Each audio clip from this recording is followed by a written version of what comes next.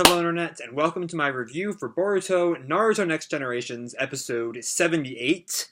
When we last left our heroes, they were continuing the fight with Garaga until Boruto eventually entered into a summoning contract with him, at which point the White Snake stage revealed that Mitsuki and his captors slash people he's going with were headed towards the land of Earth.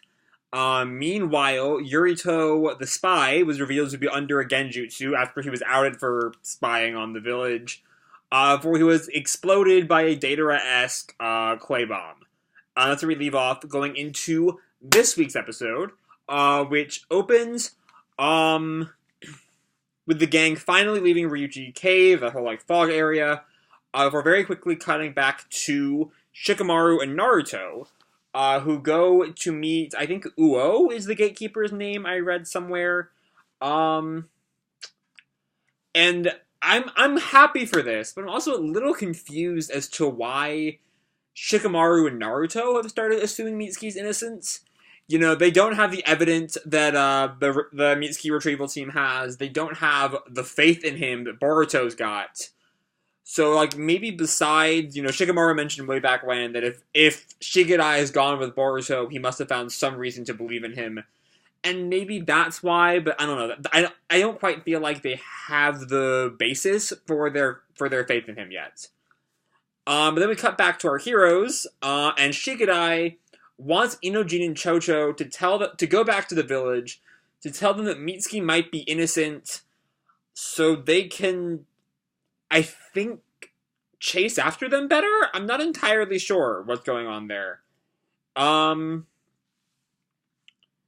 don't know, they just I kind of lost what exactly, I watched that scene 2 or 3 times and I just had no idea why he was doing that, what he wanted the village to do, besides go after them, because I guess Naruto, or Boruto and company don't know that, that the Leaf Village knows where Mitsuki's headed. So I guess he's trying to direct their efforts to the Leaf Village, or to the Stone Village. I don't know, that's my best guess. But I don't know. And then after that, we find out, to my immense shock, that Yurito survived his explosion. He got, exploded by I think it was Sekie is the guy's name? Yeah, Sekie. I think he was the one with the clay bomb. It was a little clay centipede, exploded, and it seemingly killed him. But no, Shikamaru and Naruto saved, or the Leaf Village saved him in the nick of time, and now he's full on mummy, and bandages, recovering from his injuries. But yeah, he's alive, which I don't know. I feel like him actually dying would have. I'm always cautious to talk about make it dark, just killing off characters as an inherent good thing, because it's really not. But I feel like Yurito dying would have actually, he's a minor enough character that he would not have been missed. But the fact that they're just wantonly murdering their associates, their henchmen, kind of adds a bit of stakes to this. It's kind of like during the school trip arc, when we thought Shizuma had killed his henchman, and then we found out that he somehow survived getting his neck slashed. It's just kind of weird. I don't think it really worked that well. And then we actually spend time with Kokuyou and Sekie. And at first, we don't really get anything that makes them interesting villains, besides the fact that, Mitsuki has some kind of faith in them for some reason. But that does start to change once we meet, once I think Sekie tells Mitsuki that they're also artificial humans and that they don't have long lifespans, after Kokuyou kills Yakuta.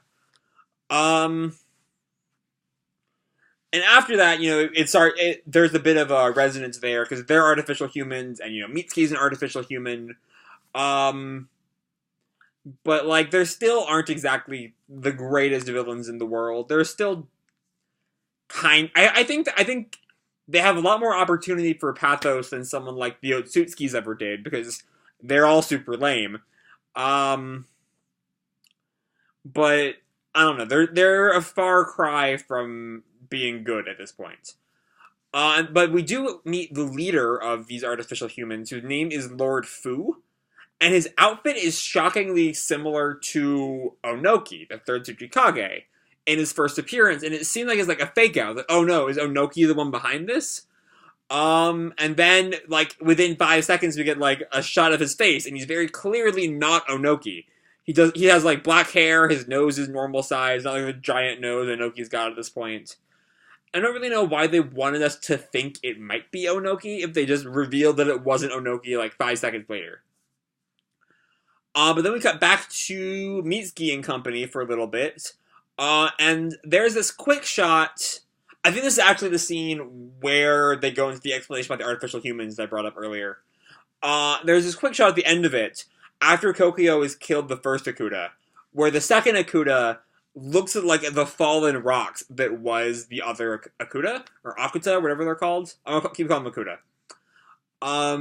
And it works really well. You know, they make this thing that, like, they're not really human, but just from that shot, it really, like, sets up that, like, the Akuta are people.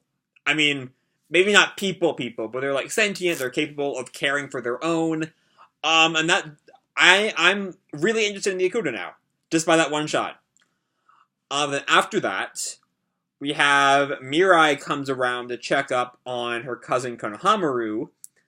And I really love that. That, like, they kind of, like, stop everything for this scene to really, like, touch into how Konohamaru feels about everything, knowing that, like, his beloved pupil is the son of the man who murdered his grandfather.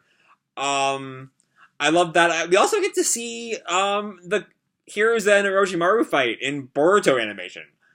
And I'm not sure how I feel about that, just because I think the early Naruto animation is so superior to Boruto's. Just the art style. The early series had this, like, really, like, grungy, kind of dirty look that really served it well. Whereas, you know, Boruto, and even late Shippuden, really feels kind of, like, clean cut. You know, late Shippuden, like, the Kaguya arc was, like, borderline CG, in how it looked. Like, go back and look at those episodes. They look like they were fucking made in CGI. It's really weird. But, like, we do get to see, that fight in a new animation style, which is interesting. And I just love, you know, anytime a series really takes time to, like, check in with its cast, it just kind of shows, a level of care in these characters, which I think is really important to, like, good storytelling. I'm personally of the opinion that you cannot have a good story unless you care about your characters. Unless you, as an author, care about your characters. And scenes like this really show that, like, yeah, whoever is writing this arc, I don't know who it is. I don't think it's Kodachi. It might be the anime writers with Kishimoto's assistants. I don't really know. But they really do care about these characters, and that's so important. But anyway, after that, we have Naruto gives Kurotsuchi a phone call, to, like, to tell her what's happened, that the, assailants are from her village, and that he's sending some leaf tracker guys to investigate. Would she let them into her country? And she says no. Nah, can't do that. You know, I'll have my guys take care of it, and, you know, I'll send Mitsuki back to you after this is all over, but I'm not letting your people in here. And I think that's a really nice, way to, like, remind us that things aren't really all, things, you know, we see the world's at peace now and everything is stellar, but, like, things really aren't all lovey-dovey, you know, one world, situation now. There's still a lot of politics at play. It's not, you know, always on the brink of war, and I don't think there's really a threat of war from this situation, just because they are not in that, you know, heightened climate that they were at one point in time. But they're not super, peaceful. And then we get to the end of the episode, and it's Kokuyou, Sekie, and Mitsuki are walking by. Kokuyou notices notices people coming, and he sends Sekie and Mitsuki away so he can, like, deal with it. And at first you think that it's going to be Boruto, Sarada, and Shikidai, who are hot on their trail at this point. But it's not. It's the tracker guys, who have, like, who he has wiped the floor with, by the time Boruto, Sarada, and Shikidai actually show up. And it leaves me with some questions. The episode ends before the fight can really begin, but we know the fight is probably going to end next week. because next episode is titled The Reunion with Mitsuki, or something like that. So we know by the end of this episode, the gang will have caught up with Mitsuki, and in order to do that, they have to get through Kokuyou. So somehow, these 3 genin, even if, one of them beat a god with a lot of help, he would not have done that on his own. It took, Sasuke and Naruto and all the Kage to, bring Momoshiki down to the level where Boruto could beat him. And even with that, he was still infused with Naruto's chakra for the giant Rasengan. Even with the fact that Boruto beat a god, with a lot of help again, these 3 genin are supposed to beat this guy who took down like a dozen Jonin. So I'm a little cautious going into the next episode. I don't know. We'll see how things leave off next episode as Kokuyou and do they have a team name? I keep trying to come up with names for them. Are they like the Mitsuki Retrieval Squad, Team Boruto, Sarada, and Shikadai? I don't know. There isn't really a good name for them. I'm gonna go the Mitsuki Retrieval Squad. I like it. It's kind of catchy. But yeah, that's really all I have for this week's episode. It was all right. It had its bad moments. It has really good moments too. But yeah, it's just kind of setting us up for the next part of the arc, which seems to be nearing the end of the arc. I did make a prediction a couple episodes ago that this arc would take us all the way through to the end of the year. I'm going to retract that now. I don't think it's going to last that long. I imagine it'll be done sometime in November, maybe. Probably not the very end of November, but like mid-November, around Thanksgiving, I think it'll be done. That's my theory. But yeah, I enjoyed the episode. It wasn't great, but it was fine. It did its job.